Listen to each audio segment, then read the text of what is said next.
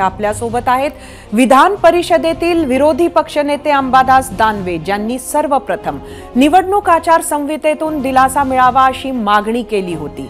त्यांच्याशी चर्चा करूया. दानवेजी, आपलं स्वागत आहे झिरो आवर मध्ये. एकंदरीत आजची परिस्थिती आम्ही सुद्धा दाखवली, आपण सुद्धा सांगत आहात. मात्र आज संभाजीनगरमध्ये मुख्यमंत्र्यांनी बैठक घेतली दुष्काळाची. काय म्हणाल?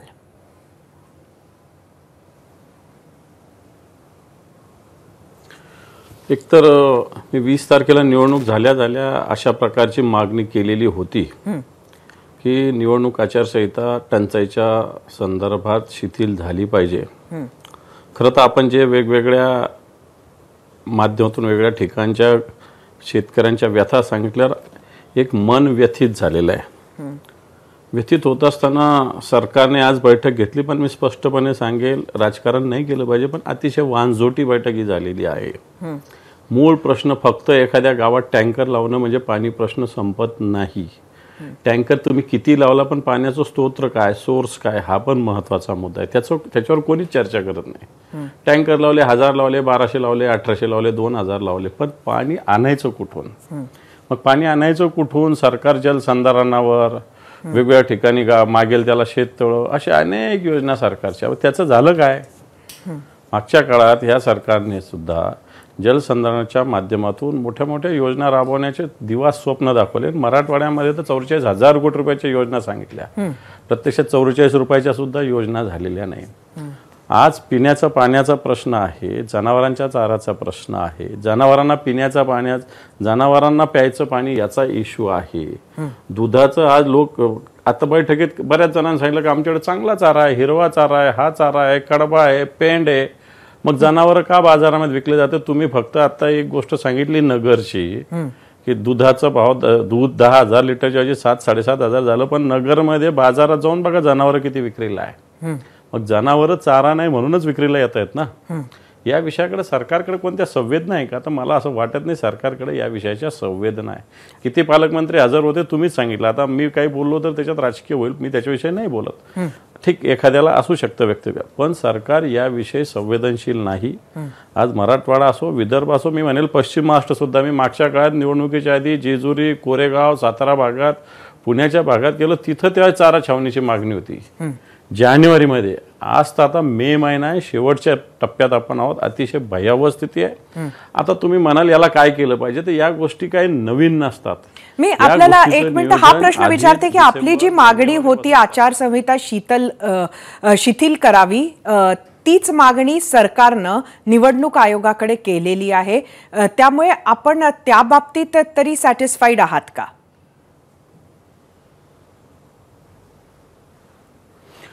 नाही, मागणी केली, शिथिल झाली पाहिजे, परंतु नुसती शिथिल होऊन चालणार नाही. तसं जनतेला, शेतकऱ्यांना त्याचा दिलासा सुद्धा मिळाला पाहिजे.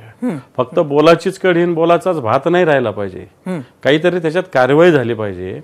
आणि म्हणून सरकारने किंवा निवडणूक आयोगाने याच्याविषयी बैठका घ्यायला अलाउड केले असेल, पण बैठकीतले निर्णय, जसं मी सांगितलं की अनेक गावामध्ये जलजीवन मिशनच्या माध्यमातून वेगवेगळ्या योजना झालेल्या पिण्याच्या पाण्याच्या, पण या ग्रामपंचायतीचं जुनं लाईट बिल बाकी आहे, थकीत. ग्रामपंचायतीची स्थिती फार सक्षम नाही, कोणत्याच नाही, म्हणजे आपल्याकडे नाही, देशात नाही आहे. मग ते लाईट बिल भरायचं कोणी? नवीन योजना, त्याच्यावर तुम्ही कोट्यवधी रुपये खर्च केले. जुन्या ज्या पाणी पुरवठ्याच्या योजना होत्या त्याचं लाईट बिल सरकार, ग्रामपंचायत भरू शकत नाही. मी आज बैठकीत मागणी केली की या सगळ्या नवीन ज्या योजना झालेल्या, किमान याला पाणी पुरवठा करण्यासाठी तुम्ही विजेचं कनेक्शन दिलं पाहिजे. जुनं थकीत विषय सरकारने योग्य, तर सरकार बाकीच्या मोठ्या गोष्टीला टँकरवर करोड रुपये खर्च करतात, कारण त्यातून टेंडर निघतं, गुत्तेदारांचं पोट भरलं जातं. माझं म्हणणं असं की त्याच्यावर खर्च करण्यापेक्षा वीज कनेक्शन द्या ना या योजनेला. म्हणजे आपलं म्हणणं आहे की आजच्या घडीला जर ह्या योजनांना वीज कनेक्शन दिल्या गेलं तर काय मराठवाड्याला पाणी पुरवठा होऊ शकेल, अशी परिस्थिती खरंच आहे का? काही गावाला होऊ शकेल, काही ठिकाणी दिलासा मिळू शकेल, कारण अनेक गावात जलजीवन मिशनच्या योजना पूर्ण होत आलेल्या आहे. पण वीज कनेक्शन अभावी त्या जशाच्या तशा आहे. मी स्वतः पाणी पुरवठा मंत्र्यांशी या संदर्भात बोललेलो आहे. परंतु याच्यात मुख्यमंत्र्यांनी निर्णय घेण्याची आवश्यकता आहे. जे विजेचं बिल आहे त्याचा विषय निर्णय सरकारने घ्यायचा, भरायचं, कधी भरायचं, काय भरायचं, ग्रामपंचायतीला त्यातून सूट मिळावी आणि नवीन योजनेसाठी वीज कनेक्शन दिलं पाहिजे. ही माझी पहिली मागणी मी आज बैठकीत केलेली आहे. कारण ठीक आहे, मराठवाड्यामध्ये 8,500च्या वर गाव आहेत, आज 1800च्या 8.5. मुख्यमंत्र्यांनी सकारात्मक रिस्पॉन्स दिला, परंतु मुख्य सचिव सुद्धा बैठकीत होते. नुसतं सांगून आदेश करून अधिकारी ऐकत नाही. मला वाटतं स्पष्ट बोलायचं, आमच्या मराठवाड्यात छातडावर बसून या गोष्टी करावं लागणार आहे अधिकाऱ्यांच्या. हे करावं लागणार आहे, तरच जनतेला थोडासा का होत नाही दिलासा मिळेल. खरं तर मराठवाड्याची हीच परिस्थिती होती. मध्यंतरीचा एक काळ असा आला की ज्या वेळेला पाण्याची परिस्थिती थोडी चांगली होती. फडणवीसांबरोबर जेव्हा आपलं सरकार होतं त्यावेळेला जी पावलं उचलल्या गेली त्याचा फायदा कुठंतरी मराठवाड्याला झाला असं म्हटलं जात होतं. मात्र आता परत परिस्थिती बदलली आहे. नक्की हीच वेळ दर उन्हाळ्यात येऊ नये ह्यासाठी काही करता येईल का?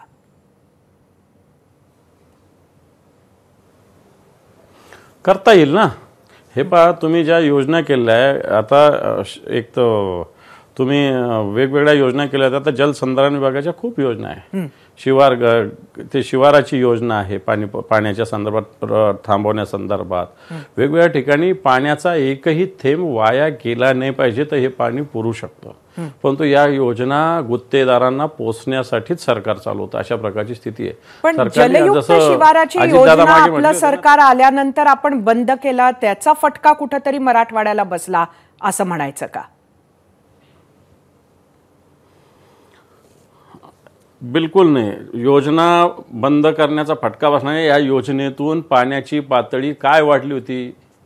खरं तर याची भूजल पातळी वाढली पाहिजे, हा बेसिक इश्यू. याच्यावर कोणी लक्ष देत नाही. वरून पाणी येणार नाही, पाणी खालून येऊ शकतं, लक्षात ठेवा. ते कधी येईल की तुम्ही एक एक थेंब जर अडवला तर. आणि म्हणून जर जलयुक्त शिवार होतं तर पाणी पातळी किती वाढली, ज्याला भूजल स्तर किती वाढला, तर वाढलेला नाही.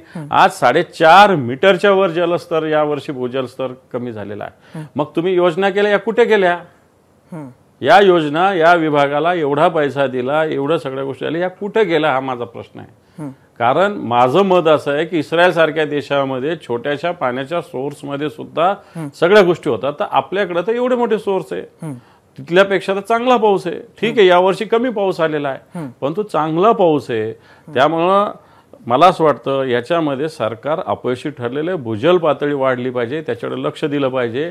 आता आणखी पुढे जाऊन मी सांगेल की बऱ्याच धरण कोरडे ठाक पडलेले आहे. त्याच्यामुळे याचा एक कॅपॅसिटी वाढवण्यासाठी गाळ काढण्याचा प्रोजेक्ट सुद्धा मोठ्या प्रमाणावर घ्यावा लागेल. ठीक आहे, काही गोष्टी वाईटातून चांगल्या, तर माझं असं मी सरकारला सजेस्ट केलं, वाईटातून चांगलं होत असताना या सगळ्या धरणातले छोट्या छोट्या प्रकल्पातले गाळ मोठ्या प्रमाणावर काढले पाहिजे. आज जायकवाडीमध्ये 81% 17%च्या 17-18% गाळ आहे जायकवाडीमध्ये. जायकवाडीची जी क्षमता आहे, नक्कीच खूप मोठा विषय दानवेजी आपण मांडलेला आहे. आणि खरं तर ह्याला दुर्दैव म्हटलं पाहिजे की जर इतका काळ ओसरून अजून सुद्धा गाळ काढण्याचं काम जर सुरू झालं नसेल तर, असो पाऊस यायच्या आधी, धरणं भरायला लागायच्या आधी जर सरकारनं हे काम पूर्ण केलं तर जसं आपण म्हणता तसा नक्कीच महाराष्ट्राचा खूप मोठा फायदा होईल. आपण 0 आवरमध्ये आलात आणि आमच्या प्रश्नांची उत्तरं दिली, त्यासाठी खूप खूप धन्यवाद. आणि आता वेळ झाली आहे आजच्या प्रश्नावरचा पोल रिझल्ट पाहण्याची. त्यासाठी जाऊया आपल्या पोल सेंटरला. आजचा आपला प्रश्न परत एकदा सांगते. तुम्हाला तुमच्या भागात पाणी टंचाई जाणवत आहे का? एकूण 52,000 मतं यूट्यूबवर. 80% होय म्हटलंय, 20% नाही.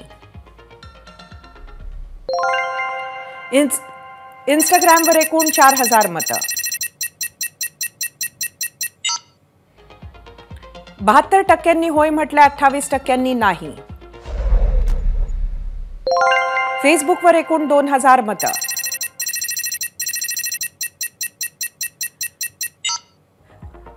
58% होय म्हटलंय, 42% नाही.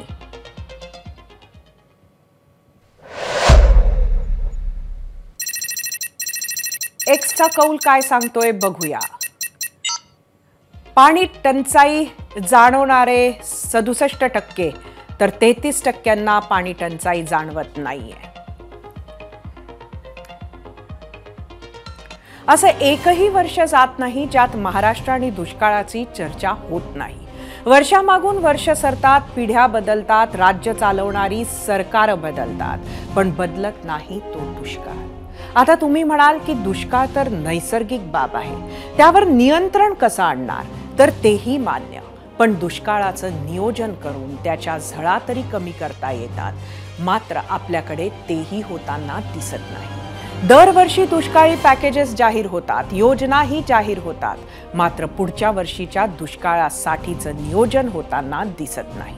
दुष्काळामुळे मराठवाडा असा मेटाकुटीला आलेला असताना त्यातच काही ठिकाणी अवकाळी पावसानं शेतशिवारांचं चिखल आणि स्वप्नांची राख झाली आहे.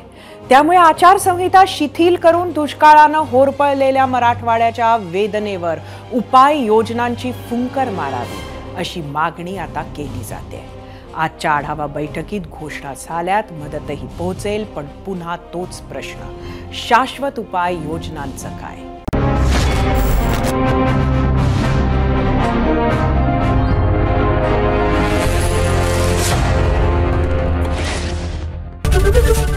एबीपी माझा, उघडा डोळे बघा नीट.